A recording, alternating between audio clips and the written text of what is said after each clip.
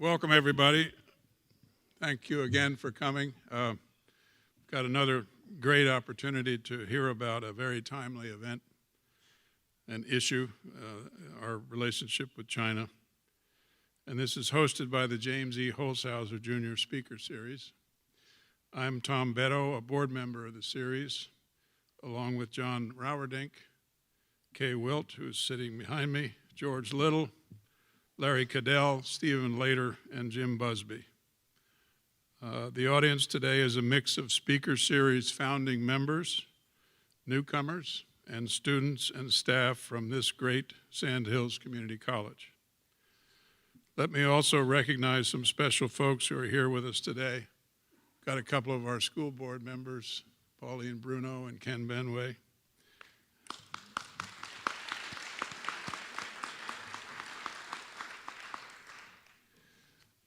And I'm sure there's some other dignitaries that I'm forgetting at the moment, but I'll catch up later. Last year in March, Dr. Ben Carson was with us for an awesome weekend, including a healthcare panel, inspiring remarks from Ben, and a prayer breakfast with a broad spectrum of community service organizations that operate here in Moore County. It's an amazing array. We're very lucky in this county to have such a wide group of people that are here to help. In the fall of last year, we partnered with the country bookshop, I should say, to bring you former South Carolina governor, former UN ambassador, and now presidential candidate Nikki Haley. She was interviewed about her book, If You Want Something Done. This plays off the famous quote by UK Prime Minister Margaret Thatcher, "If you want something said, ask a man. If you want something done, ask a woman."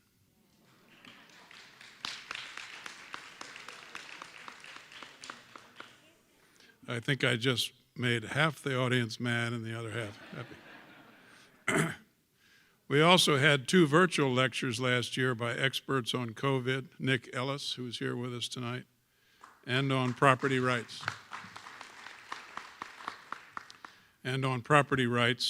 With Charles Webb. Those and other events are all posted on our jhspeakerseries.com website, so you can hear them again and get that good contact. Last month, we had a team from the Heritage Foundation scare us on the massive southern border crisis and its impacts on crime, drugs, and national security. Again, these events are all available on our website, jhspeakerseries.com.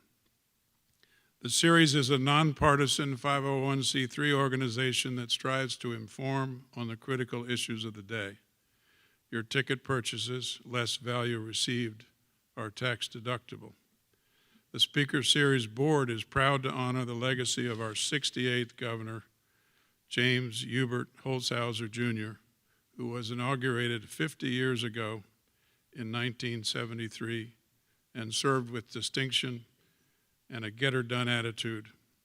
He spent his final years here in Pinehurst practicing law. We must thank the best community college in North Carolina and its generous donors for this beautiful facility, the Bradshaw Performing Arts Center,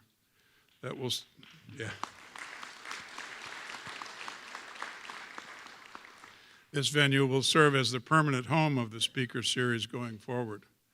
Sand Hills Community College continues to evolve to meet the needs of its students, staff, and the community it serves. They just opened a brand new nursing school, which is called Foundation Hall, with state-of-the-art training facilities to double their output of skilled nurses to help meet the needs of our great healthcare providers here in Moore County. The run of show for this afternoon will be as follows. In a moment, I will ask Kay Wilt, Speaker Series board member and the current president of the North Carolina Federation of Republican Women. That's worth a piece of applause, too.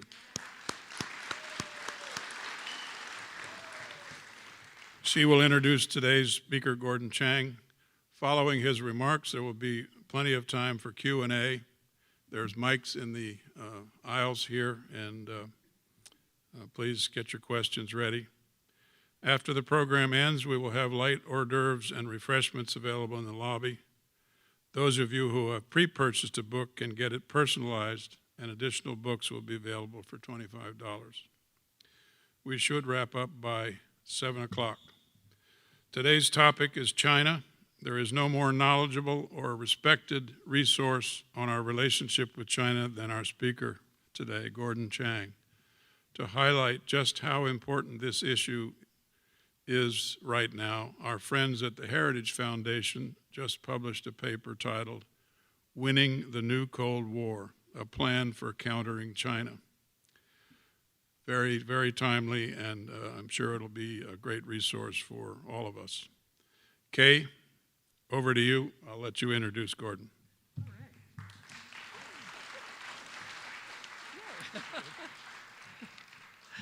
Thank you, Tom.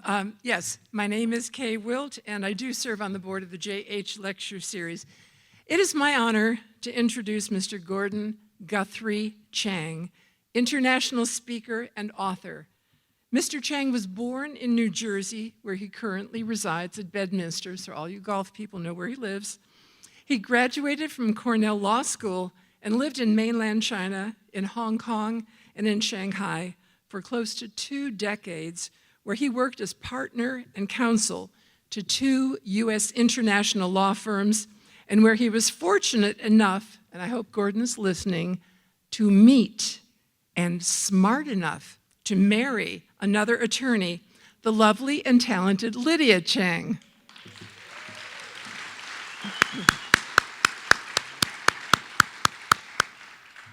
We know he's smart, Lydia. Gordon has given briefings at the National Intelligence Council, the CIA, U.S. State Department, and U.S. Department of Defense, and he has testified before the U.S. House Committee on Foreign Affairs. His writings on China and North Korea have appeared in every major news publication, and he is a columnist at Newsweek and writes regularly for The Hill. Gordon frequently appears on one of my favorite shows, The John Batchelor Show, and always on major television news programs where his insights on current affairs are critical. And I will tell you as an aside, the North Carolina Federation of Republican Women was fortunate enough several weeks ago to have Gordon, and you will love him. He is so much more than the sound bites that you hear on television. I would like to now welcome Gordon Guthrie Chang.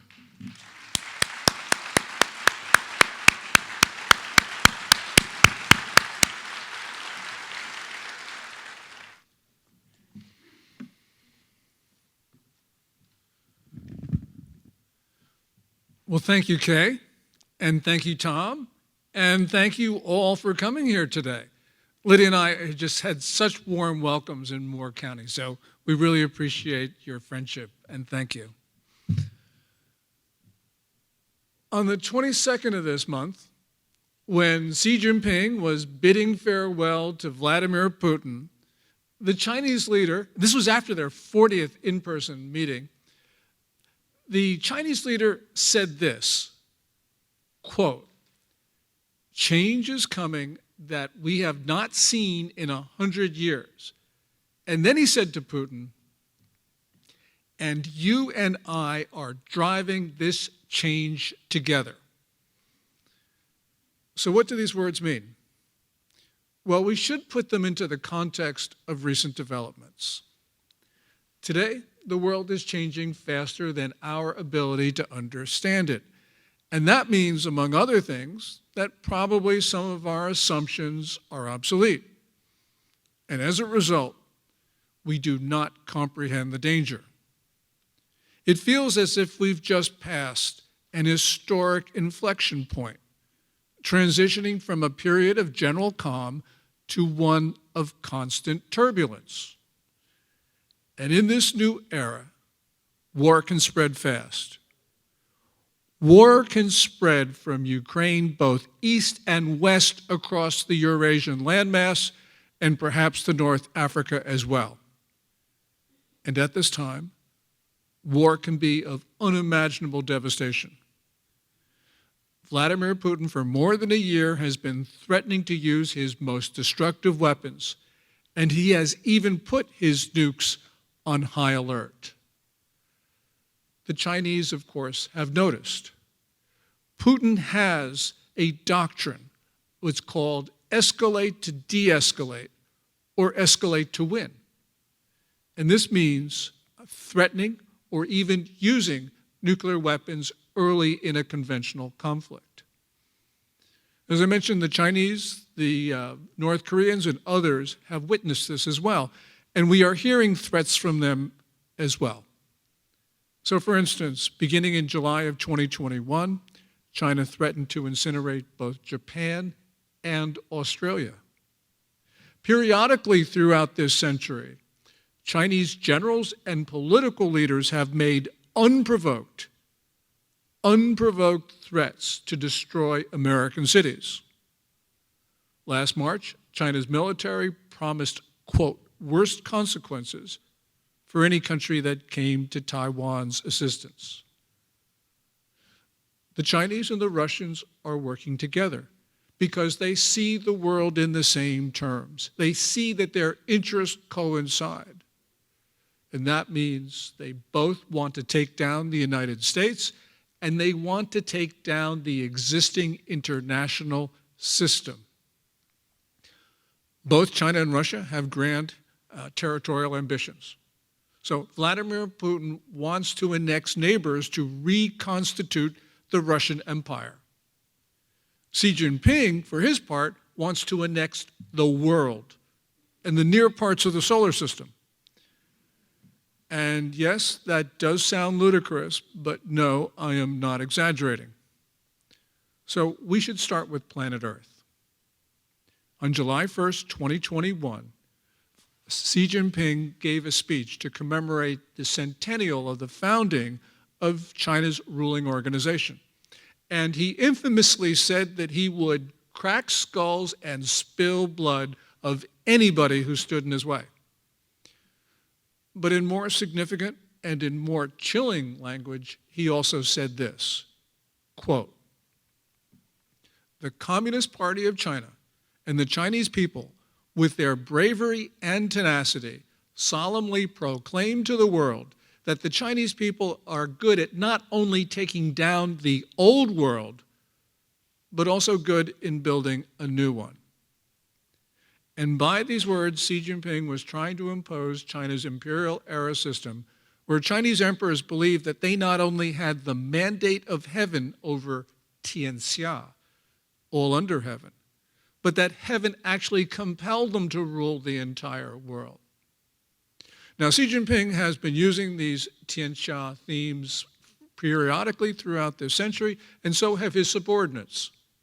So, for instance, Wang Yi, who was foreign minister, in September 2017, wrote an article in Study Times, the influential newspaper of the Central Party School. And in that article, Wang Yi wrote that Xi Jinping thought, and a thought in Communist Party lingo means an important body of ideological work. Wang Yi wrote that Xi Jinping thought, quote, made innovations on and transcended the traditional Western theories of international relations of the past 300 years. You take 2017, subtract 300 years, you almost get to 1648. So Wang, with his time reference, was looking at the Treaty of Westphalia of 1648, which established the current international order of competing sovereign states. So when Wang Yi says that Xi Jinping wants to transcend that order, what he's really saying is Xi Jinping doesn't believe that in sovereign states, or he doesn't believe in any more of them than China. And the trend of Xi Jinping's comments tells us that he's not competing with us in the existing international system, as you hear President Biden talk about all the time. Xi Jinping doesn't even want to adjust that system, which a lot of smart people in New York and Washington tell us that he's trying to do. No, he's trying to overthrow that system, which means that once again, China is revolutionary. But Xi Jinping, the Chinese ruler, is not content with just planet Earth.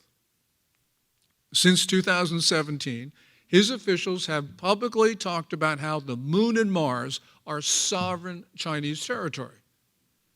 That's right, a part of the People's Republic of China, which means that they consider those near heavenly bodies to be like the South China Sea, theirs and theirs alone. And it also means that the Chinese will exclude other countries from going to the moon and Mars if they get there first. And we don't have to speculate that because that's what the Chinese officials talk about. In April 2021, China announced the name of its Mars rover. And they told us that the Mars rover was named Zhurong. And Zhurong, we were told, is the mythical Chinese god of fire. And yes, that's right. Zhurong is the Chinese god of fire. But what the Beijing officials didn't tell us was that Zhurong was also the god of war and the god of the South China Sea. So, god of war, is Xi Jinping going to pitch the world into war? In a sense, he's already has done that. He's green-lighted the Russian invasion of Ukraine, and since then has supported that Russian effort, and he's been all in. And a lot of senior Chinese officials, they feel uncomfortable about such full-throated support for the invasion of Ukraine, but Xi Jinping doesn't listen. Xi Jinping doesn't listen because he's a strong man, and he doesn't have to listen. And unfortunately, strongman rule has been inherent in China's communist system, which idealizes struggle and domination. Now, the era of the current strongman in China, that of Xi Jinping, has been marked by a return to totalitarianism and by erratic rule. And as such, it resembles the era of China's first strongman, which was Mao Zedong, the founder of the People's Republic. Mao took a regime that was supposed to be run by a committee, and he turned it into a regime run by one man. And then Mao used his newfound powers to embark on ruinous campaigns like the Great Leap Forward and the Cultural Revolution. Mao's successor was Deng Xiaoping, who normalized Chinese politics. Deng normalized Chinese politics by institutionalizing the Communist Party with norms, rulings, understandings, and guidelines, and all sorts of foreign observers gushed over China. That they said, well, this was meritocratic rule. Xi Jinping, in a Mao-like grab for power, has reversed that process, and he's deinstitutionalized the Communist Party. Now, you'll hear a lot of people say that Mao Zedong was just merely an aberration. Well, I don't think so, because we've seen strongman rule in the first years of the People's Republic and now. And so the issue for the United States, and indeed the issue for the world, is whether Xi Jinping, who reveres Mao, is also going to take China and perhaps the world into chaos. And that is the issue that confronts us at this particular time. 2 points to consider. First of all, China's militant regime views the United States as its enemy. And second of all, we're going to talk about how the United States is no longer deterring China. On the first point, China's regime is not bashful. It does not try to hide how it feels about the United States. And in fact, it often goes out of its way to tell us exactly how it feels about us. So in May 2019, People's Daily, the most authoritative publication in China, when People's Daily speak, it is China speaking. May 2019, People's Daily carries a landmark piece that declares a quote-unquote people's war on America. That's a phrase that has resonance in Communist Party history, and that hostility has continued to the present day. We'll go to August 2021, when People's Daily says that the United States is engaging in, quote unquote, barbaric acts. A few days later, Global Times, which is an unofficial tabloid, but it's controlled by People's Daily, and it's used by the Chinese regime to sort of test their propaganda themes. Global Times came out and insinuated that the United States was working with China's enemies. Now, Americans, they hear this rhetoric and they say, well, it's just propaganda. It doesn't mean anything. So the question is, should we be concerned?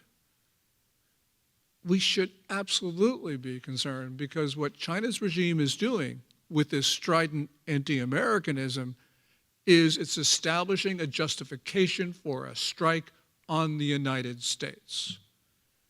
As James Lilly, our great ambassador to Beijing at the end of the 1980s and the beginning of the 1990s, said, China always telegraphs its punches. Well, ladies and gentlemen, China is telegraphing a punch. On the second thing, about we're no longer deterring China. This is really evident from what the Chinese regime was saying. So we go back again to 2021. Kabul was falling. The main propaganda themes from China was that the United States was incapable. All the propaganda outlets, Central Party and Communist Party, Central Government and Communist Party, they basically say, well, look, how can the United States stand up to mighty China when we can't even deal with the ragtag Taliban? And Global Times comes out with a piece which says about the United States, quote, it can't win wars anymore. And then they talked about Taiwan. Global Times said, well, when we invade Taiwan, they didn't say if, they said when we invade Taiwan, two things will happen. Taiwan will fall in ours, and the United States will not come to help. This is just utter disrespect for us. And we heard about that Chinese spy balloon entered U.S. airspace at the end of January. We also heard the NBC reporting from yesterday about what the Chinese were doing with that balloon. Whatever was happening here, the one thing that we can see is that China flying that enormous object over the United States for a week, that is utter disrespect for the U.S. And remember, this balloon was surveying our most sensitive nuclear weapons site, which means that China is preparing either a first or a second strike with its nuclear weapons on the United States. The Chinese regime right now looks militarized. And to just sort of try to compress a lot of history into a short couple sentences, what happened is when Xi Jinping became the general secretary of the Communist Party, in other words, he became China's ruler, he was successful because he was not identified with any faction. So he was everybody's second choice. So he was given the slot at top ruler. But he decided that in order to rule, he became ruler because he wasn't identified with any particular grouping in the Communist Party, but he realized that to rule the Communist Party, he needed to have a faction of his own. And so what he did was he decided that the People's Liberation Army, which is part of the Communist Party, should be his faction, which means that flag officers, generals and admirals, now have extraordinary power over Xi. China's flag officers are grabbing more and more of the resources of the Communist Party, and they are putting a stamp on the country's diplomacy. This year, for instance, in March at the National People's Congress, the Communist Party announced that the budget for the Chinese military was going to increase 7.2%. The target for gross domestic product growth this year was 5.0%. But everybody knows that that's unattainable. And to show you how big a chunk the Chinese military is getting, last year the growth of the Chinese military budget was 7.1%. Growth for last year was announced at 3.0%. But in reality, the Chinese economy probably contracted by about 3%. So the Chinese military is getting bigger and bigger shares of the resources of the Chinese central government. Chinese military spending is growing so fast that it has overtaken strategy, and now the generals and admirals are talking about what they can do, not what they should do. The world has seen something similar. This was 1930s in Japan. The Japanese military then, like the Chinese military today, was emboldened by success, and it became ultranationalist. In the 1930s, it was clear that, like today, civilians controlled Asia's biggest military only loosely. And in the 1930s, the Japanese media pushed this notion that countries were conspiring to limit Japan's rise, and that's exactly what the Communist Party today says about China. And in Japan, the Japanese military was given sweeping powers over civilian life. And again, that's what's happening in China. Recent amendments to the country's national defense law take power away from the civilian state council, and they hand it to the Communist Party's Central Military Commission. And these powers are to mobilize China's civilians for war. And we'll talk about that in a few moments. Now, Beijing's foreign policy has always been tightly bound to domestic political intrigue, and that is certainly true today. As you can guess from what I've been saying, Xi Jinping in 2012 inherited a consensual political system, which means that no leader got too much credit or too much blame because every decision of consequence was shared across the Politburo Standing Committee, the apex of political power in China. But Xi Jinping has grabbed power from everybody else, which means that he has also ended up with total accountability. To make this situation worse, Xi Jinping has increased the cost of losing a political struggle. China's leader did this by jailing his opponents. So Xi Jinping has a pretty low threshold of risk. But it gets even worse, because Xi Jinping is known to be the author of domestic policies that have been failing. So, for instance, we can see the simultaneous crises in China. In China, there are continuing debt defaults, plunging property prices, a stagnating or contracting economy, falling currency, worsening food shortages, deteriorating environment, and we're now seeing these fast-moving outbreaks of disease, first COVID-19 and now influenza. But the story gets worse. China sits on the edge of the steepest demographic decline in history in the absence of war or disease. A few years ago, 2 Chinese demographers predicted that China would lose half its population in 45 years. You start looking at the demographic numbers, and it's pretty clear that China will lose 2/3 of its population by the turn of this century. That means China is going to be a very different place. Today, China is more than 4 times more populous than the United States. By the turn of this century, they'll be lucky if they have 30 million more people than we do. Last year was the first year, at least officially, of population decline in China since 1961. But some demographers think that China's actually been shrinking about 5 years before then. You're Xi Jinping, you see all these problems. What are you going to do? Well, his hero, Mao Zedong, in the 1960s, when confronted with a similar problem, when he wanted to deal with his political enemies in Beijing, he started the Cultural Revolution. Xi Jinping is doing something very similar today with his Common Prosperity Program, which makes people remember the 1950s. But there's one difference between Mao and Xi Jinping. Mao did not have the capability of starting global war.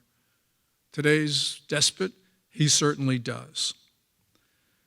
And in fact, China's leader is preparing for war. We see this in the biggest military buildup since the Second World War. Xi Jinping is trying to sanction-proof his regime. He talks about war all the time. He appointed what's called the War Council, and that was in October of last year. And this is most ominous of all, he is mobilizing China's civilians for war. Last July, a Chinese entrepreneur told me, and this entrepreneur is making medical products for the civilian sector. This Chinese entrepreneur told me that Communist Party officials came to him and demanded that he convert his factories in China to make products for the Chinese military. Communist Party officials have been going to a number of private factory owners and making the same demand. And in fact, this entrepreneur told me that the Communist Party is now running a lot of factories that once were in private hands because the private owners decided that they were not going to stick around for Xi Jinping's war. So let's round out this conversation about deterrence by looking at what Xi Jinping said to Vladimir Putin on the 22nd of last month. I think that what China's ruler was saying was that he is now the boss of the world and that the United States is no longer a factor in global affairs. I'm not saying that Xi Jinping is right. Matter of fact, I think he's not. But it doesn't matter whether he's right or wrong. What's important is what, in fact, Xi Jinping thinks, because what, in fact, he thinks is going to be what drives his behavior. So what do we do? I've got two main things. First of all, we got to recognize what is actually happening in the world. Unfortunately, President Biden is not doing that. He does not want to face facts. You can't deal with a situation unless you acknowledge what is occurring. And what is occurring is we are now in a Cold War because this world has divided into camps, and one of those camps, China and Russia, are at the core with their proxies. So we can see that they have formed effectively an alliance. Last February 4th, when Vladimir Putin was in Beijing for the opening ceremony of the Beijing Winter Olympics, China and Russia issued its 5,300-word joint statement declaring their, quote-unquote, no-limits partnership. February 4th was just 20 days before Russia crossed into Ukrainian territory. Clearly, the Chinese and Russians have a grand strategy. We need one too. And mine is, we have to cut off the blood supply to those who mean us harm. And by that I mean that we sever trade, investment, and technical cooperation with China. Now, I know a lot of people think that that's drastic, but it is strategically wrong and morally wrong to fund an enemy that is building its military to kill Americans. Second thing, we have to deter China. And nowhere is deterrence more important than Taiwan. For decades, the United States has had a policy that has been termed strategic ambiguity. In other words, we don't tell Beijing and we don't tell Taipei what we would do in the case of imminent conflict. And obviously, strategic ambiguity has worked because there's been peace across the Taiwan Strait more or less for decades. But this policy of strategic ambiguity has worked in a benign period, and we are no longer in a benign period. Chinese leaders say that we no longer deter them, so we've got to take them at their word, which means that we now have to do things that once were considered risky. And I believe that the President of the United States must stand behind his desk in the Oval Office, in front of a television camera, and say that the United States will defend Taiwan. I think the President has to offer to recognize Taiwan as Taiwan and to offer it a mutual defense treaty. We need to pre-position ammunition on the island, something that we did not do in Ukraine. And I believe that we need to base a small tripwire force of American troops, much like what we do in South Korea, which has kept the peace for decades. Now, a lot of people will say, Those steps are risky. But saying something is risky at this time is not a meaningful objection, because after decades of misguided China and Taiwan policy, everything is risky. Everything is dangerous. And the most risky and dangerous thing of all is to continue with policies that have created this disastrous situation in the first place. We have no more risk-free options. Why defend Taiwan? Well, in addition to the fact that Taiwan has been in the center of our Western defense perimeter for more than a century, and in addition to our necessity of protecting democracies, especially important democracies like Taiwan, we now have another reason. And that other reason is that it would be catastrophic if we did not defend Taiwan. After the fall of Afghanistan in 2021, we angered and we disheartened our friends and allies around the world. And we cannot afford to do that again. And whether we like it or not, Taiwan is now viewed around the world as the test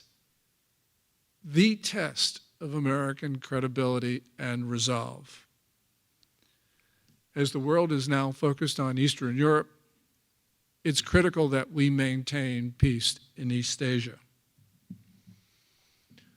One final point.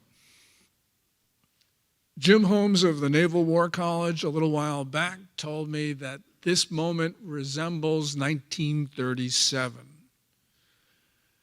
If you lived in America or Europe in 1937, you could see trouble coming. If you lived in Asia in 1937, you would be even more concerned, because 1937 was the year of the second Japanese invasion of China that decade. But no matter where you lived, you could not be sure that the worst would happen, that great armies and navies would clash around the world. But as we know, the worst did happen. Matter of fact, what happened is far worse than anyone at the time imagined. So this moment looks like 1937, maybe 1939. Now that Russia has distracted us in Eastern Europe, the worry is that Russia's friends, China, North Korea, Iran, Pakistan, Algeria, will take advantage of the situation and move against their targets. That would be India, Taiwan, Japan, the Philippines in the case of China, South Korea in the case of North Korea, Israel in the case of Iran, India in the case of Pakistan, and Morocco in the case of Algeria. In other words, we could see simultaneous crises across the world. And that looks like global conflict. So yes, the calendar does say it's 2023, but it really feels not like 1937, but like 1939. Which means that we need to rearm, we need to defend ourselves, and we do not have a moment to lose. Thank you.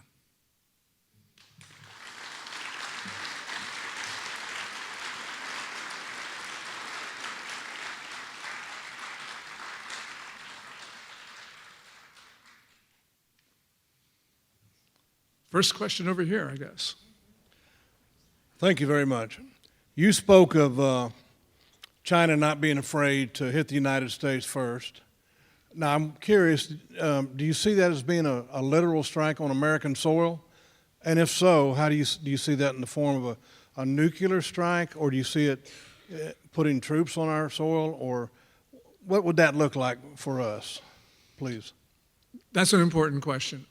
China has a doctrine of unrestricted warfare. That comes from the title of a book by then two Chinese Air Force colonels in 1999.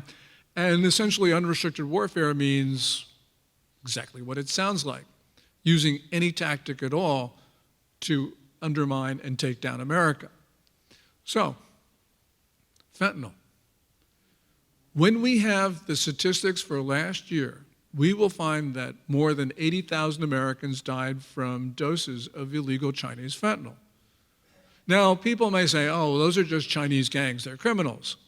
Yeah, they're criminals, but remember, China runs a near total or total surveillance state. These fentanyl gangs are large, they're well organized, they're international in scope. The Communist Party knows exactly what's going on, and they support these gangs because we know that in addition to all of that, Chinese diplomats have been giving cover to the fentanyl gangs, and the fentanyl gangs launder their proceeds through the Chinese state banking system. So, we should consider every fentanyl death in the United States a murder. And that means China's been conducting a war against us. And we're taking casualties. The same thing about COVID-19. We don't know where SARS-CoV-2 came from, but we do know that once this disease got out into the Chinese population, Xi Jinping, for weeks in December 2019 and January 2020, lied about contagiousness. They knew this disease was highly transmissible human to human. They told the world it was not.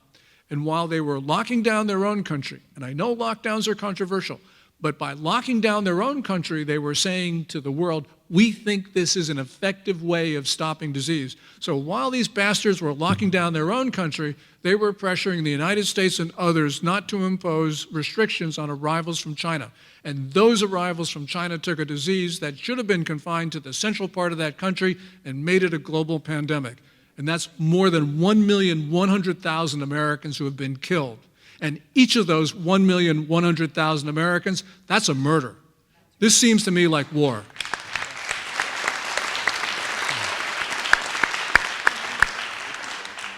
So to continue on, because you really asked a really important question.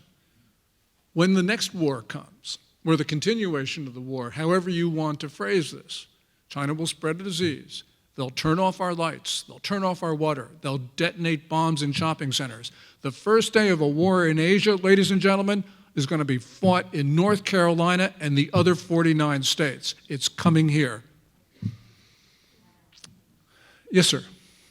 Yes, thank you. Thank you for your speech. I was watching election law. That's been my area, and looking at the collusion between big tech with the left in America. I'm wondering how much coercion you think came from China with the leverage they have over Google and organizations like that in China, where they actually kind of shaped the outcome of our election in 2020 and been doing so ever since. Yeah, China has been in our elections. You know, it's Russia, Russia, Russia. Really, it should be China, China, China. Because China's bot operations and troll operations dwarf Russia's. And we know that China has been, it supported Joe Biden over Bernie Sanders in the Democratic primaries. And then, of course, it supported Biden over Trump in the general election. And it was very successful. We know that they were fomenting violence on American streets in 2020. We know that they were doing a number of other things. So they have been involved in our elections. And this even goes, you know, I don't know. We know that China has also been, to some extent, influential or even owning parts of companies that have been involved in election integrity, like counting votes and stuff like that. So we need to go to paper ballots, get the Chinese out of our elections. Thank you. Just talking about Taiwan for a moment. Taiwan runs nearly fraud-proof elections. And what happens is they start out at the beginning of the voting, a clear plexiglass box, which everyone can see is empty. And then when they start counting ballots, they do it in front of both or all parties. And they hold the ballot up and they show everybody the ballot. And it's a long and laborious process. But by God, you get pretty close to honest results. We run paper ballot elections in this country, in some places, but most places it's done with electronic voting machines. And who the hell knows what happens to your vote when you punch on an electronic machine? So, yeah, the Chinese may have messed in our elections by owning some of these voting companies, but we don't have to let them here. It's our country. We can run elections that are fraud-free. So let's do it, Americans. This side? Yeah. Well, first, thank you for your serious and cogent remarks. I appreciate it. It's clear that China is belligerent towards us, but China has two big problems that they have to solve before they can be effective against us. You alluded to the demographic collapse first, and that's their biggest problem. They don't have enough young people. And the other big problem they have is that they're at the very end of a very long supply chain for both their energy and their food. It all goes by India. And so how do the Chinese overcome demographic collapse and supply chain and energy dependence on the broader world and become an effective enemy against us? Yeah, there's nothing they can do about demography. It's for a number of reasons, probably much longer than you want to hear, but it is my second favorite topic in the world. So I'm glad you asked. But the problem here is basically societal attitudes. And I'll just mention one of them because it shows you how baked in this is. You know, they had the one-child policy since 1979 or so, and that has certainly reinforced attitudes. But also, what's happening with China's morals and Chinese women have opted out of China's social system, as they've done in Japan and South Korea and Taiwan and some other places. And the Communist Youth League, which was a major faction in the Communist Party, actually did a survey about 10 months or so ago. And it showed that 44% of urban Chinese women had said that they will never get married. At the time, if you were not married, you could not get a birth permit. In other words, to have a birth, you need to have a birth permit. So if you take 44% of the urban women out of the pool, it means you just can't make it up. And so these projections about demographic decline that you see from the UN and others, I think that they grossly understate the problem there. So we, I think, are going to see, China is not going to be able to maintain its society, largely because of that. And the second one was what? Oh, energy. Well, yeah. They have to import almost all their energy and most of the Right. food. It all has to go by India. Right. And that's a big problem for them. It is a big problem unless, of course, your best friend is Vladimir Putin and you build pipelines between China and Russia, which is what they're doing. And the other thing, they want to avoid the Straits of Malacca, where Singapore and Malaysia and Indonesia are. And they're trying to build pipelines through Pakistan and through Myanmar, Burma, which would avoid the Straits of Malacca. But yeah, they've got an Indian Ocean problem, and which is the reason why they are really upset that India is building a decent navy. When you look at other things that China is trying to do, you can see that they have in their own mind, what they are trying to do is to make sure that they cannot be interdicted by the US Navy. So there's a lot of that. But the most important thing for them these days is buying a lot of cheap Russian oil and gas. And if they can do that, then all of it will come through pipelines. There was a woman here who said she had a question. And I don't see any women lined up here. So wherever you are, there you are. Okay. I want to make sure you get in line. Yes, sir. Our national debt is growing out of control. And Yep. at the same time, the Fed is increasing interest rates. My fear is that as the cost to service the national debt becomes more and more painful, we'll end up cutting defense spending. I'm afraid of that. I wonder if you would comment on that. Yeah, it's not just Biden. We have a series of U.S. presidents who had no fiscal discipline. And obviously, when you get to a point where the interest on the debt becomes a significant portion of the federal budget, which is becoming now. So yeah, when we look at the defense budget, it shows Biden's proposal for next fiscal year, which starts October 1, shows an increase, but the increase is below his projected rate of inflation. And by the way, his projected rate of inflation is below the actual rate of inflation now, which means that the military budget, in effect, is already shrinking. So this is a problem not 10 years from now, but this is a problem today. And yes, there's you know, as General Milley, who I don't really like, but he did say something.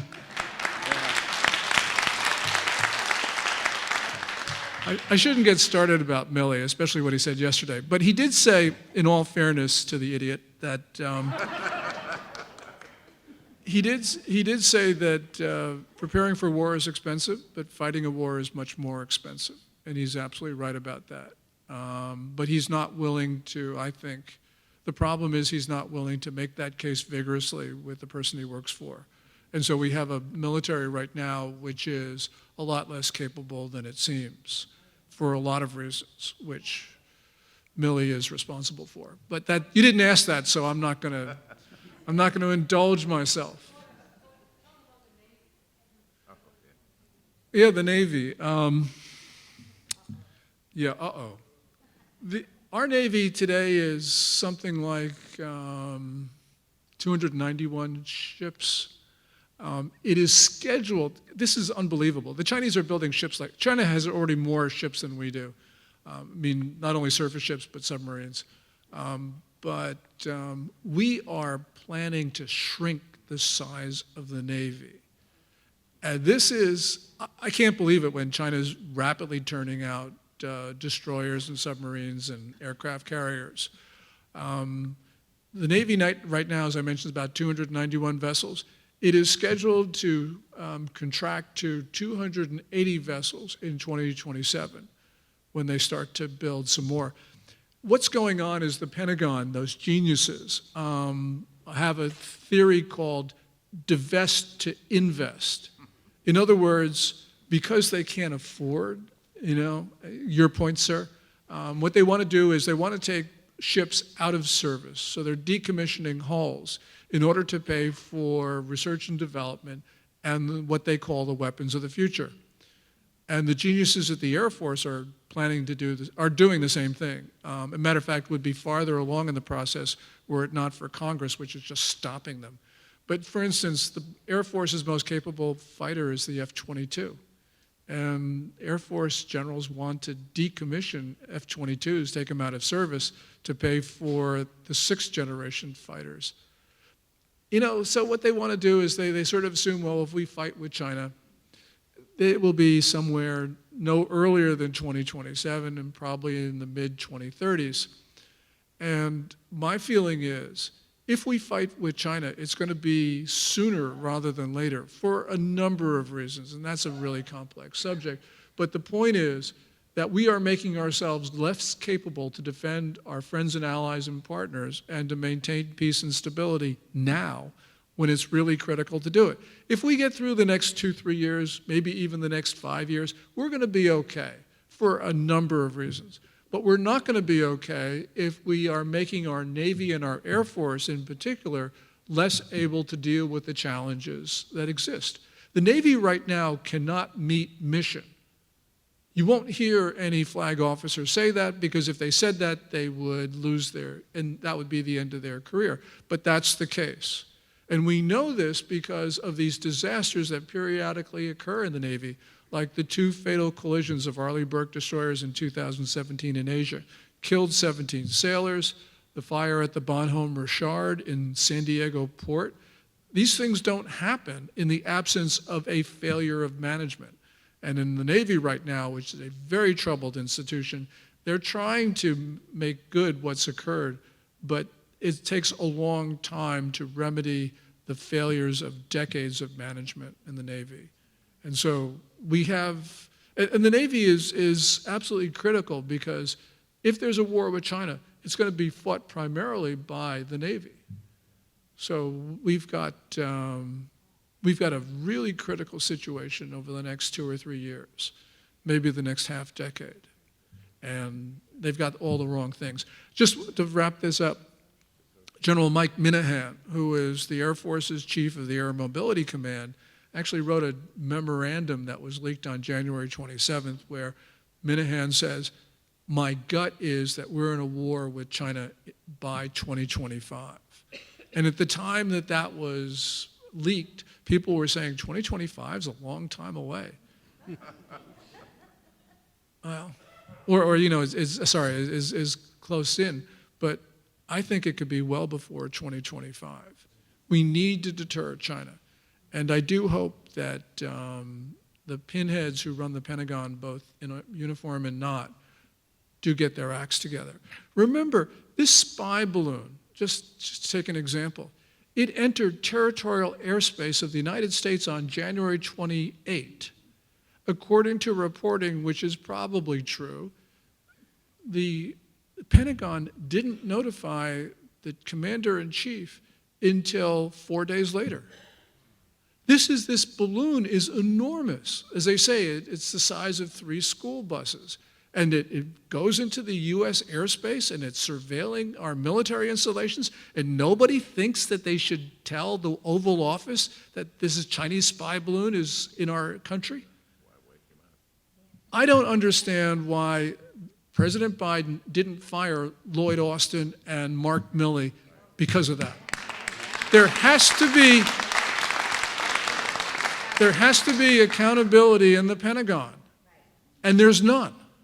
You can fail in the Pentagon and nothing happens. And that's the reason why we're in such troubles, ladies and gentlemen, because we have a military that is not prepared to fight. I forgot which side. This side. Okay. My question becomes, in your book, which I haven't read, you're talking about the collapse of China. You mentioned about the demographics. There's other experts who claim that China is going to collapse economically, yet they're preparing for war. They're lending all this money to other countries. Which do you think will happen first, the war or the collapse? Or will the war enable them to keep going? Or the failure at home triggers war. Because, as I mentioned, Xi Jinping really has no way to solve those problems. China's problems are insoluble if you take as a given that Xi Jinping remains as General Secretary of the Communist Party. Because he's got all the wrong solutions. His solutions are to do things that made China unsuccessful the first time. The reason why Deng Xiaoping became paramount leader of China was because everyone realized it wasn't working. But Xi Jinping is going back to Maoist-like policies. So, it's a great question you ask. I don't know the answer to it, but I do think that because of the problems at home, it really reduces the threshold of risk for Xi Jinping, which means he's more liable to do something really dangerous. And, we can't see what's in his mind, but we can see what's happened in similar societies with similar situations. So that's why we need to be concerned, and that's why we need to have the United States reestablish deterrence. And by the way, reestablishing deterrence is one of the most difficult and dangerous exercises in history. We've seen it. Britain and France tried to reestablish deterrence in August 1939. Didn't work. It may be that you have answered my question, but I was looking at I will be very happy if I answer any one single question this evening. So bring it on. Your current book talks about the strength of China and so forth, but you had an earlier book called The Coming Collapse of China. What happened? I wish you didn't mention this. What happened? Okay. I wrote a book, 2001, called The Coming Collapse of China, in which I predicted, ladies and gentlemen, that the failure of the Communist Party in 10 years did not happen. Let me clue you in, it didn't happen. And it didn't happen for a number of reasons. One of them was that I got things wrong, but the other thing was that I didn't foresee the 2008 downturn, which really changed the calculus both inside China and around the world. And that gave new life to the Communist Party. But what I can say in all humility, because I've got to be humble here, because I was totally wrong, is that we are seeing problems in China today that are worse than the ones that were evident at the beginning of this century. And they're ones that we've just talked about that make the world far more dangerous, as we're seeing with Xi Jinping. Here's a guy who's got global ambitions, who realizes he's only got a short period of time to achieve historic goals, or goals that he believes are historic. And that means he's more liable to do things that could take us by surprise. Chairman of the Joint Chiefs of Staff, Mark Milley, yesterday said, enough with the overheated rhetoric about war with China. The only overheated rhetoric, and he was referring to Americans who are worried about war with China. The only overheated rhetoric that Milley should be concerned about is that coming from China, because the Chinese are telling us what they plan to do. And Milley is absolutely determined not to listen.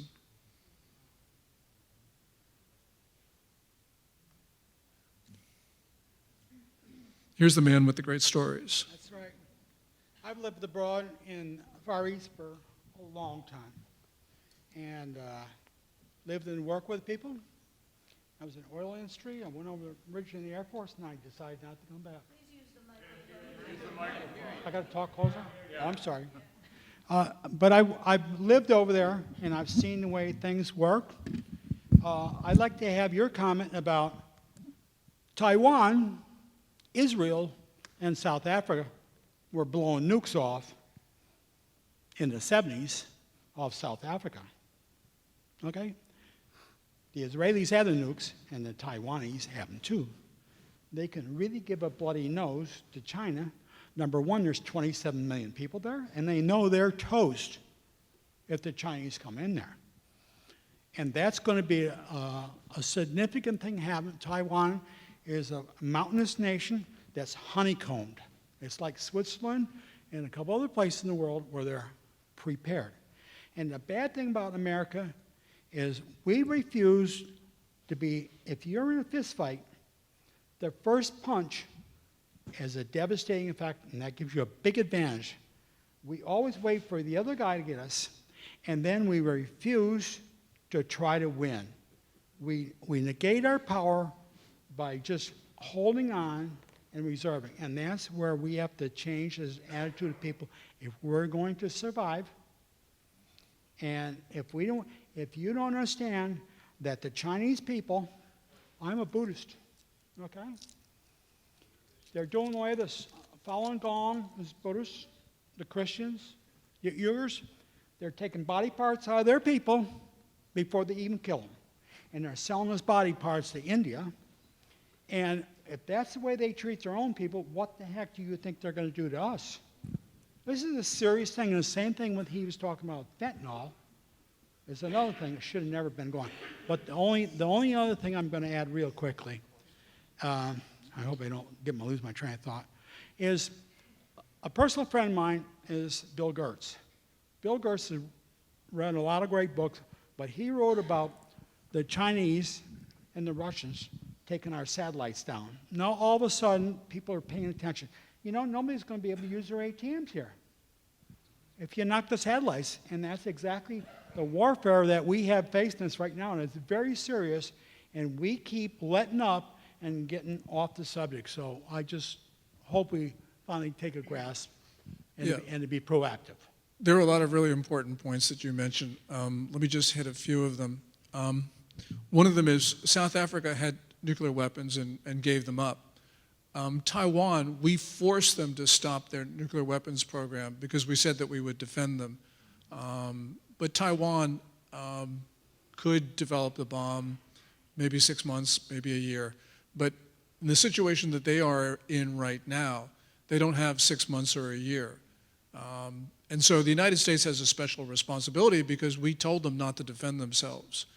And that carries, with us, at least in my mind, that we have to do something about that. We also told South Korea not to develop nuclear weapons, and we stopped them a couple times. And right now, the president of South Korea, Yoon Suk-yeol, who's a conservative who's very friendly with the United States, very pro-American, has actually said publicly out loud, maybe it's time for South Korea to start to defend itself and develop its own nuclear arsenal, which is basically because the United States includes South Korea under what we call our nuclear umbrella. What President Yoon was saying was, I don't trust the U.S. at all. And that is dangerous when your allies, we have a treaty obligation to defend South Korea.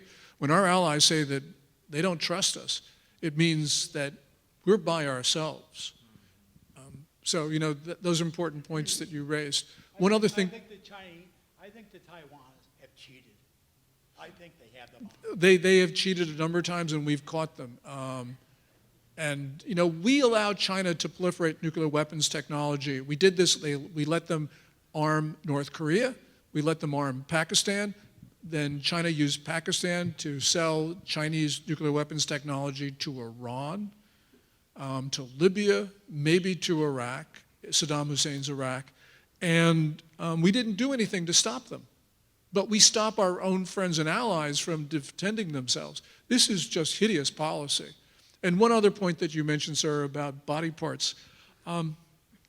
There is unconfirmed reporting, but Bill Gertz talks about this, your friend, who's a great reporter, great patriot, that in the early part of this century, the Chinese defense minister at the time, General Chur-Hao-Tun, gave a secret speech in which he recommended the extermination of the American population by disease.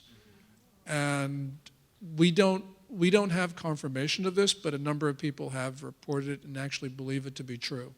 And General Chur-Hao-Tun's alternate proposal was to exterminate like 90% of the American population and to leave the other 10% to be slaves. So that's the mentality right now in China. Yes, sir. Yes, sir. Would you comment or expand on the concept of the Confucius programs that we have throughout the United States? Yeah. You're referring to two things. There are Confucius Institutes on our college and university campuses. At the height of it, there were about 110. Today, there are about 10. But they have reopened they've basically rebranded.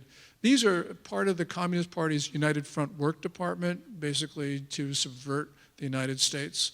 And they've been very successful doing that on American campuses. But there's also something else. There are Confucius classrooms, and there are, at one time, 500 of them. I don't know how many there are now. But obviously, you know, we can't have a Roosevelt or a Reagan Institute in China. So why are we allowing the Chinese to subvert our society with these institutions on our campuses? This is just totally outrageous. We don't think, you know, we think that we need an open society, and that allows China to subvert us through all sorts of things. This is the issue with TikTok, actually, because China does not allow American apps in China, but we allow TikTok and we allow WeChat and all sorts of subversive devices, because China steals data through TikTok, but it also amplifies its propaganda. And then basically they're inculcating and indoctrinating a whole generation of Americans with TikTok. 150 million Americans have TikTok on their phone, by the way. So yeah, this is totally outrageous. And what we need to do is, at a minimum, we need to say to China, reciprocity. You can do in our country what we can do in yours. But I actually believe that it's gone beyond that, because we're at such a point of peril that we should just say, let's get rid of all these Chinese regime influences in our country. I don't care about reciprocity. I just don't want them here. We got to save ourselves, ladies and gentlemen, because China's regime uses every point of contact, whether it looks benign or not, to try to take down the American government. One more question. Sure. To what extent do you think the Chinese have taken advantage of our open borders, infiltration, et cetera? I'll leave. The Customs and Border Protection estimates that in the current fiscal year, which started October 1st, the federal fiscal year starts October 1, that the number of migrants from China has increased by something like 800%. We know that the number has increased over the same period last year. We know that the number has increased from November to December, December to January, January to February. We don't have March numbers yet. What's occurring here is most of the people there are real refugees. They're just trying to get out of China because things are so bad there. So they are who they say they are. But there's a war correspondent named Michael Yon who is at the Darien Gap. All the refugees, or most of the refugees who come into the United States through our southern border, make the journey through the Darien Gap, which is the border between Colombia and Panama, which is really dangerous. And Michael at the Darien Gap reporting that he's seeing more and more Chinese males of military age who are not connected with family groups.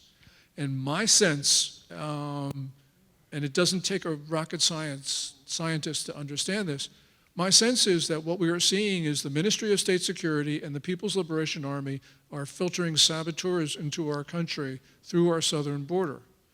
You know, I don't know what to say except that the Biden administration just lets this happen. And we don't see the getaways or the gotaways.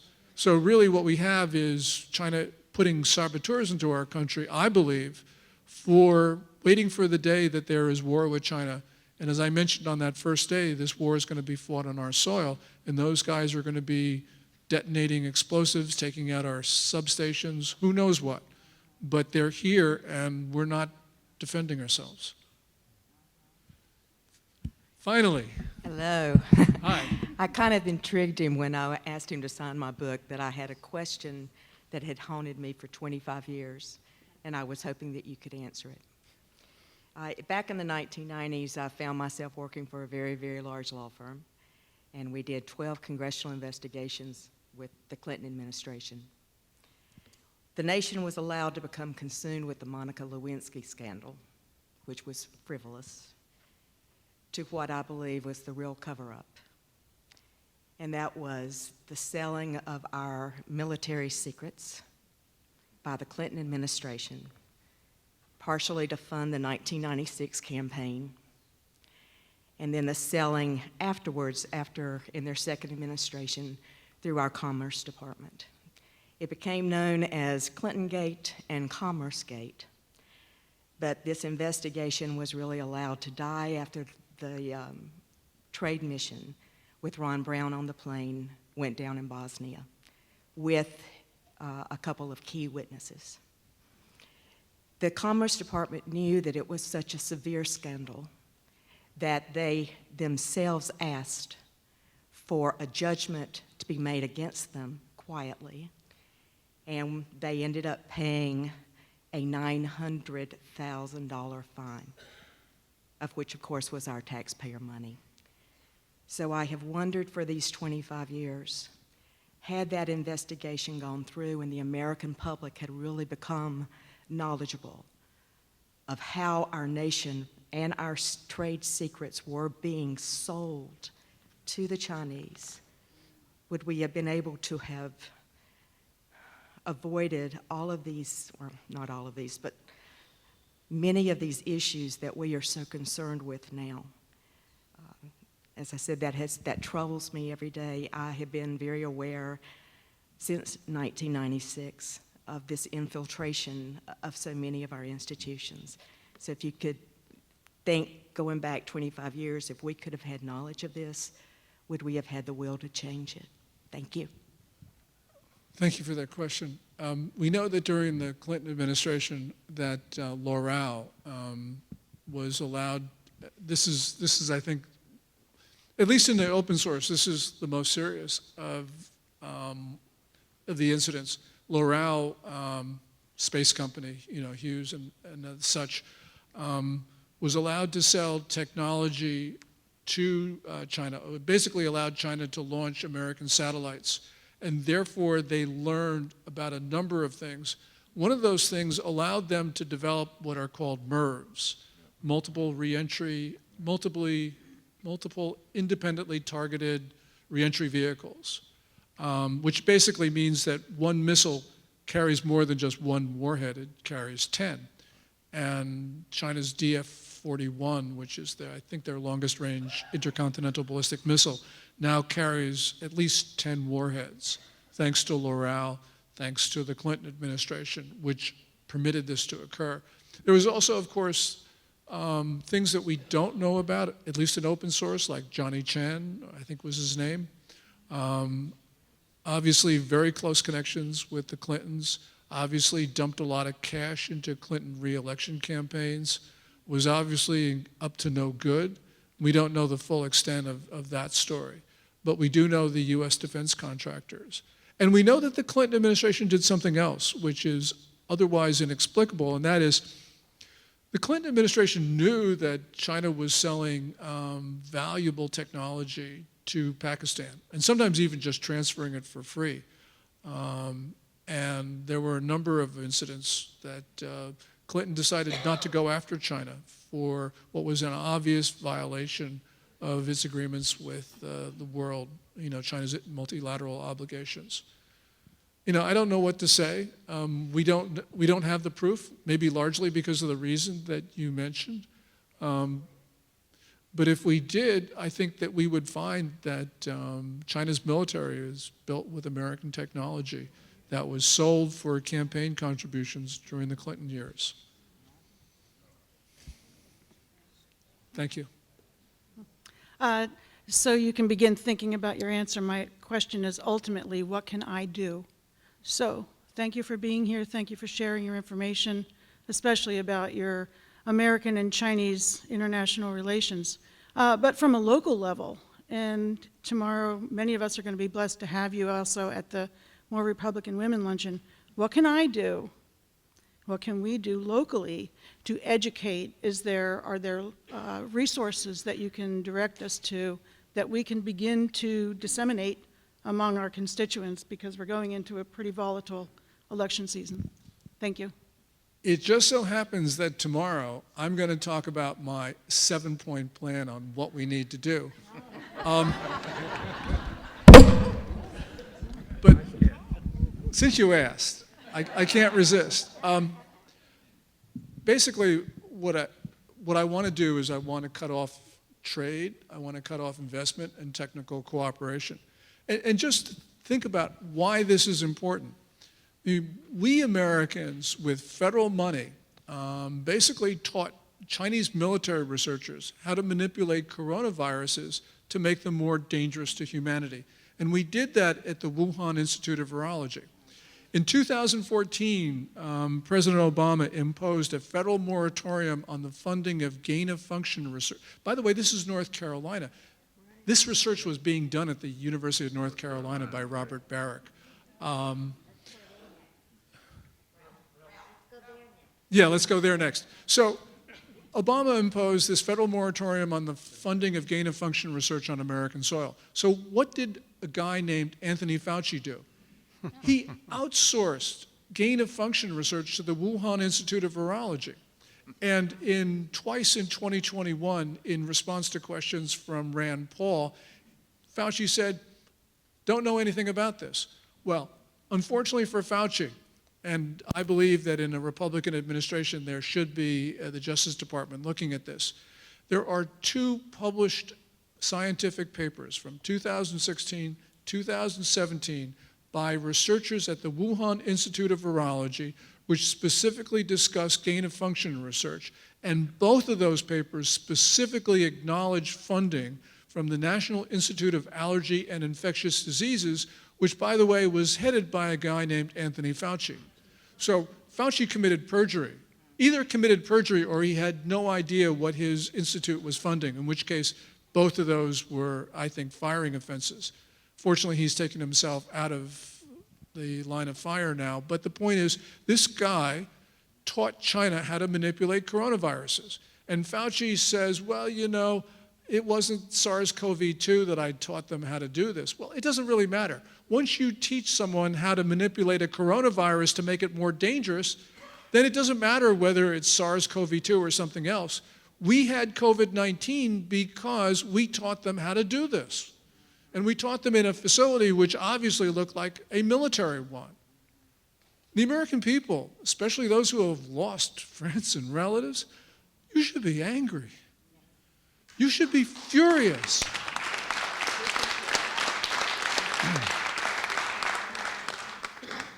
Sorry, what was your question?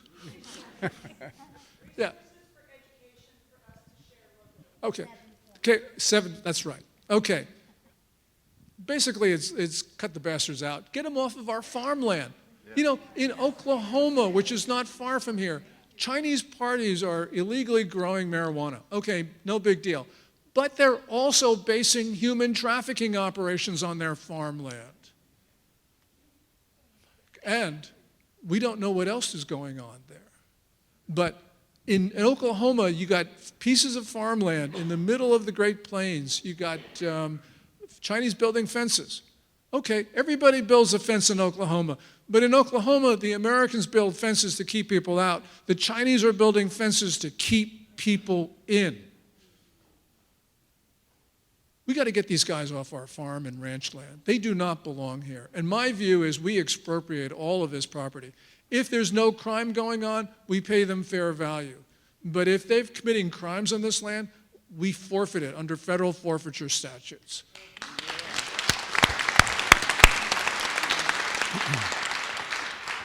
But those are big issues. Those are issues for people with names like McCarthy and Biden and all the rest of it. So how about the rest of us? Well, tomorrow I'm going to talk about 3 things that each of us can do. So for instance, sell the stocks of Chinese companies. Now, you probably don't think you own stocks of Chinese companies, but if you own a mutual fund, which is international, an international mutual fund, you probably are investing in Chinese companies because Chinese companies are included in all the indices. So tell your broker to sell your international mutual funds. One thing. Second of all, look before you shop. If you have a choice, don't buy the stuff from China. Okay. Third thing. Yeah. Thanks, dear.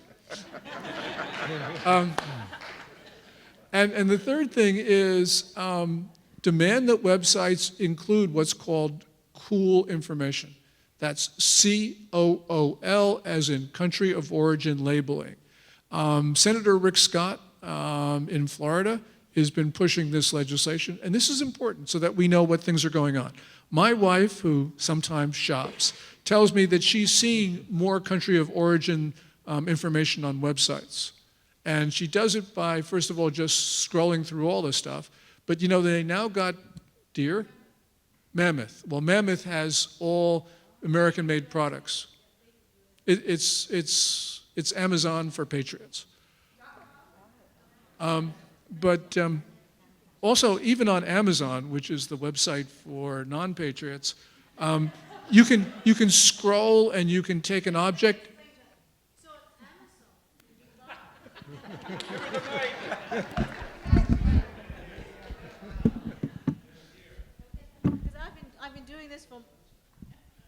I've been doing this for a long time now. So it's sometimes hard not to buy from Amazon. So scroll to the side where they have pictures of the boxes of the products. You can enlarge it, and then you may be able to see where it's made on the box. Because otherwise, now though, when you scroll down to the very end, you may be able to see country of origin labeling. So look through that before you buy.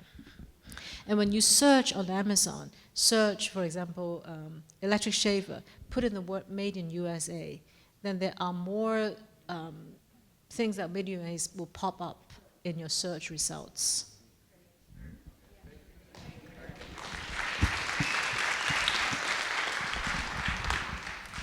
With our everyday purchasing decisions, we can make a difference. Maybe not an enormous difference, but there are a lot of factories in China that are now on extremely thin margins. So whatever we can do, we should do. Because this is our money. They need our markets. And we can say, no, we're not buying this stuff from China. So when you can, please do that.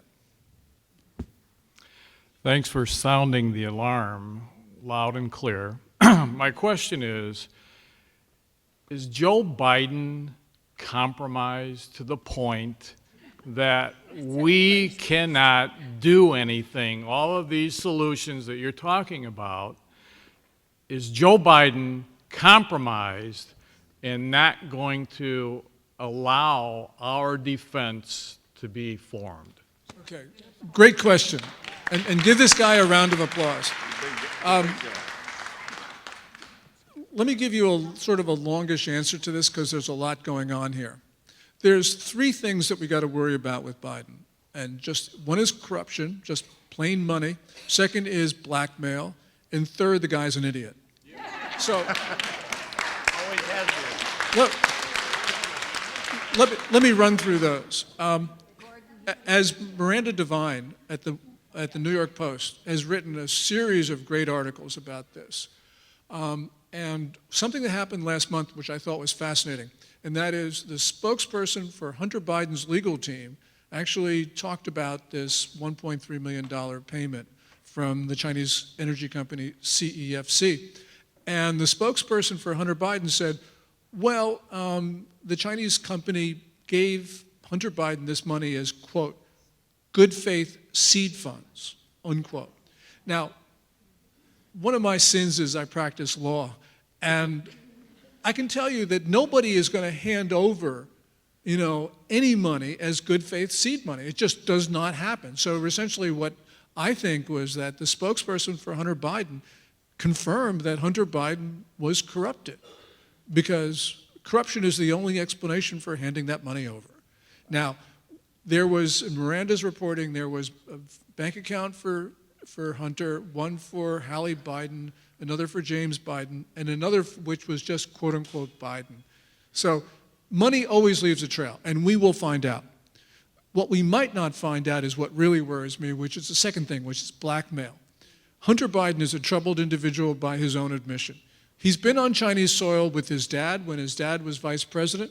If he did anything compromising, which is pretty high probability, then China's Ministry of State Security will have the goods on this. And Hunter Biden, well, what he's been alleged to do and what he's admitted to doing. So his dad is probably thinking, if I move too hard against China, they're going to release this stuff. So either the Chinese are blackmailing him, or the dad is trying to protect the son. So there's that. And there's a third thing, which is also, apart from everything else, is sufficient, even if there were no corruption. And that is, Joe Biden has this view of China, which is completely out of date.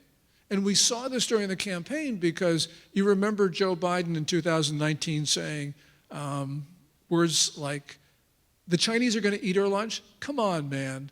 They're not competition. So he just does not understand this. And even if he weren't corrupted, and even if he weren't being blackmailed, he would be still making the wrong decisions. Now the question is, what can we do about it? Because he's going to be there until 2025 if he lives out his term. The point here is that we Americans can affect his decision making. We did that in 2021. There was one day, it was May 26th, I think it was, where CNN reported that the Biden State Department, Antony Blinken, had ended an investigation that Mike Pompeo, when he was Secretary of State, started into the origins of COVID-19. And there was immediate outrage when CNN dropped that story. And so what happened is, in the afternoon, the President of the United States had to announce that 90-day investigation by the intelligence community into the origins of COVID-19. Now, that investigation was a complete whitewash. But what it did do was it triggered studies by, for instance, the FBI and others, and some of those have been leaked, and we're starting to see some of this stuff. So I think that we can pressure him. We can make it politically impossible for Joe Biden to do the things he wants to do.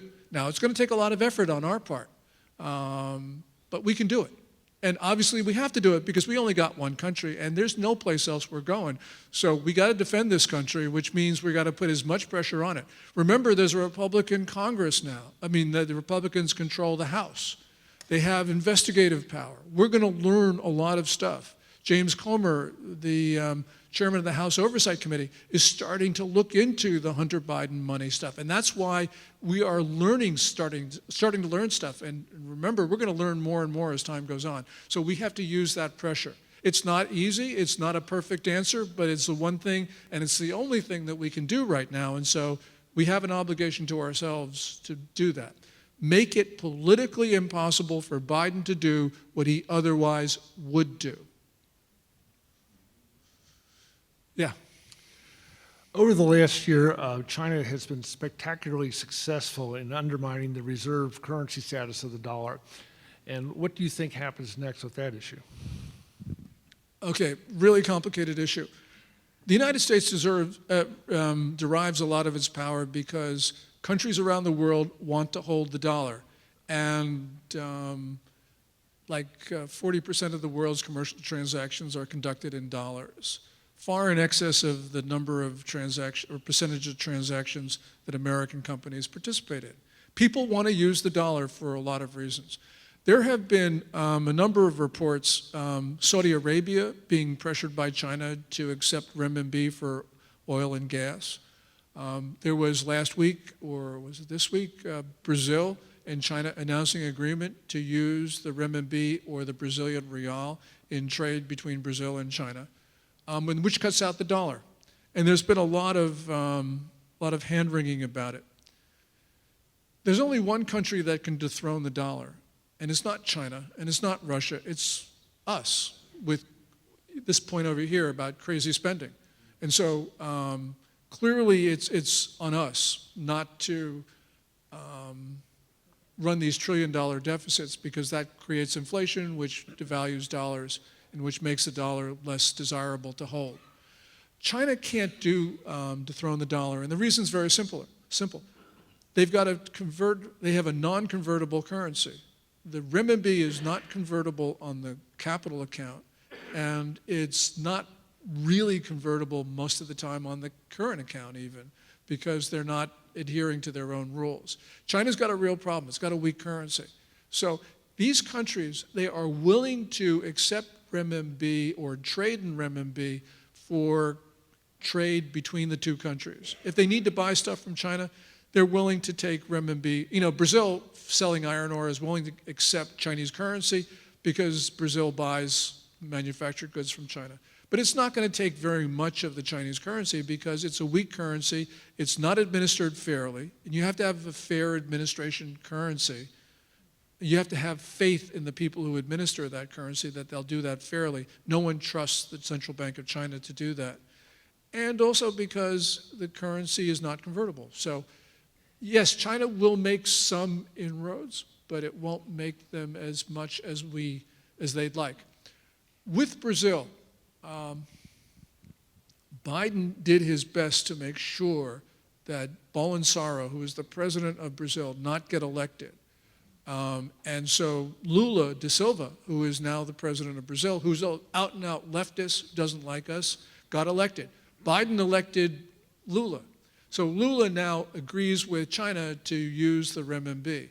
This was Biden opening the door to the Chinese policies. So Biden's supporting Chinese policies which are attacking the United States. And it's the same with regard to Saudi Arabia. Saudi Arabia was a longtime friend of the United States, going back to FDR, who stitched together a general understanding between the House of Saud and the United States. And that served us very well, especially during the Cold War, because one of the reasons why we won the Cold War was because the Saudis agreed to pump a lot of oil to reduce the price of oil, which impoverished Russia, which was relying on oil and gas exports. So what happens? Trump has a great relationship with the House of Saud, but when Biden comes in, he tried to make Mohammed bin Salman, who was the crown prince, he's the guy you see in news reports as MBS. He tried to make MBS a pariah over the killing of Khashoggi in 2018, which was done by the House of Saud, which was a terrible event, but it didn't mean that we should hand Saudi Arabia over to China on a platter because of the death of somebody who didn't like us. Khashoggi didn't like us. So this is just opening the door to all sorts of bad things. When we look back at the Middle East policies of the Trump administration, they were the best American Middle East policies since Franklin Delano Roosevelt. These were,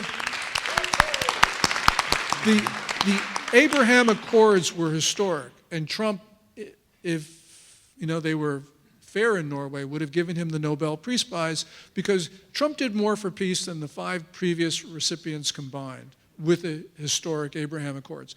Biden is doing his best to dishonor the Abraham Accords. In other words, we have gone from one of the best foreign policies in the Middle East to absolutely the worst American foreign policy in the Middle East. And that's because of Biden. And that's opening the door to all of the things that you're seeing in the paper. You know, whether you like Biden or whether you or not, or whether you like Trump or not, the point is Trump had great Middle East policies, and Biden is undoing them in very short order. Yes, sir. You just pretty much answered my question. I was going to ask if you At least I answered one question Yes. today, right? I was going to ask if you thought the recent surprise announcement by Saudi Arabia of the increase in oil prices had anything to do with the recent high-level visits by China to Russia and Saudi Arabia, or if it was some other internal affair of Saudi Arabia's. Yeah, and if you're going to be paying more for gas at the pump pretty soon, because OPEC has, in a surprise move, cut their oil production targets. Part of it is, they say, is Janet Granholm, the U.S. Energy Secretary, making some comments about the Strategic Petroleum Reserve. I don't know if that's true. I mean, the Crown Prince of Saudi Arabia doesn't consult me before making OPEC decisions. But I mean, that's what people have been saying. And I think that's probably right, considering what she said and the immediate reaction by OPEC. What did she say? She said, she made comments about filling the Strategic Petroleum Reserve. Biden, to reduce gas prices last year, started in the middle of, you know, what could be a war scenario, started draining the SPR. And she said, well, Janet Granholm said, well, maybe we're not going to fill the oil reserve. And so Saudi Arabia took that as a sign that they needed to make adjustments on their own. We'll know a little bit later about it, but you know, that's probably why. Okay, two very quick things, and then I have just some quick closing remarks. I couldn't wait until tomorrow to ask you this question, and you dropped the F-bomb on us. So I want to talk about Fauci and China. Fauci lied to us about gain of function. Right.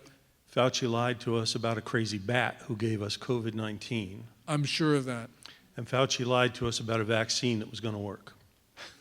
Well, we know that's the case. I'd like to know from you, when COVID was released from China, could Fauci have saved some lives knowing it was coming?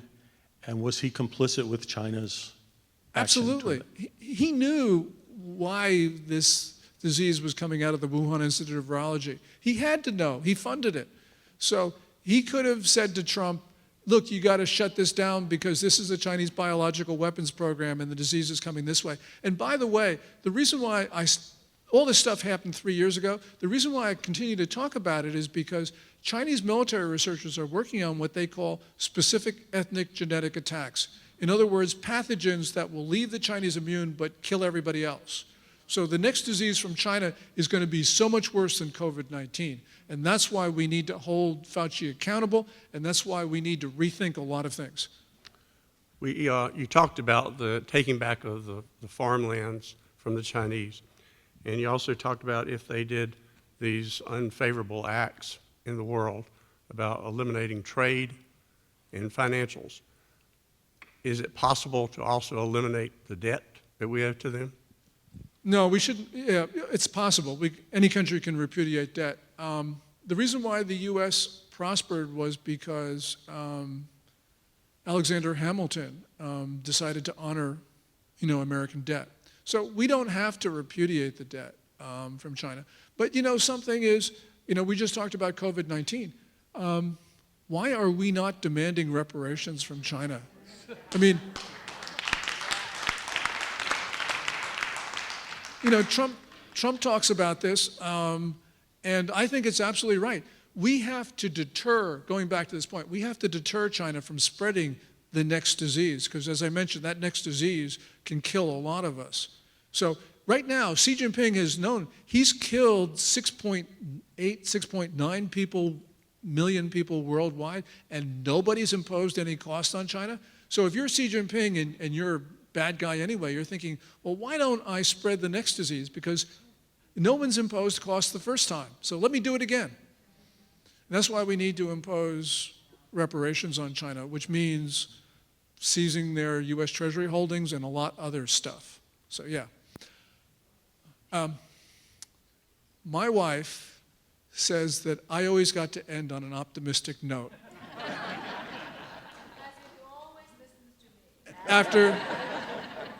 After 29 years, 3 months, 2 weeks, I realized there's no point in arguing. So let me tell you a story about a war which is all wrapped up in a little bit of optimism. And this is a personal story. My dad got a scholarship from Chiang Kai-shek's nationalist government, and he came to this country.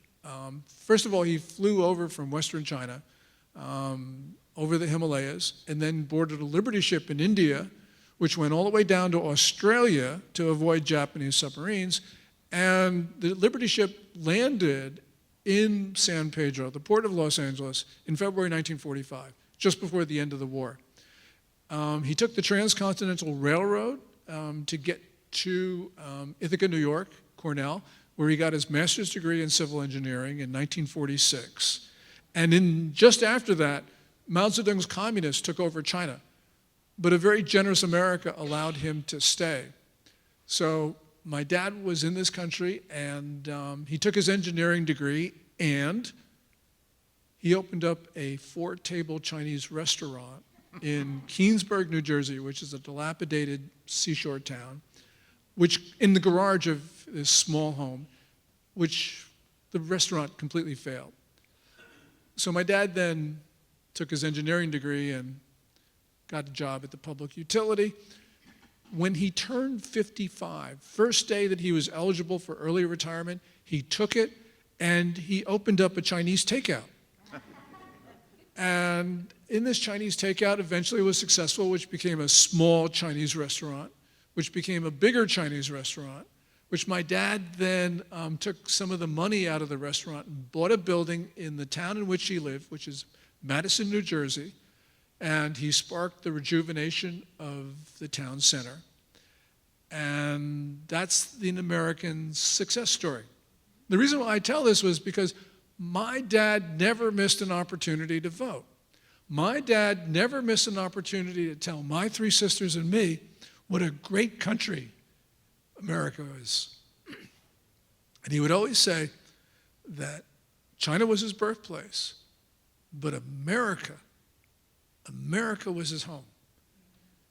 So the optimistic lesson that I learned from my dad was not only is America a great country, but Americans are good people.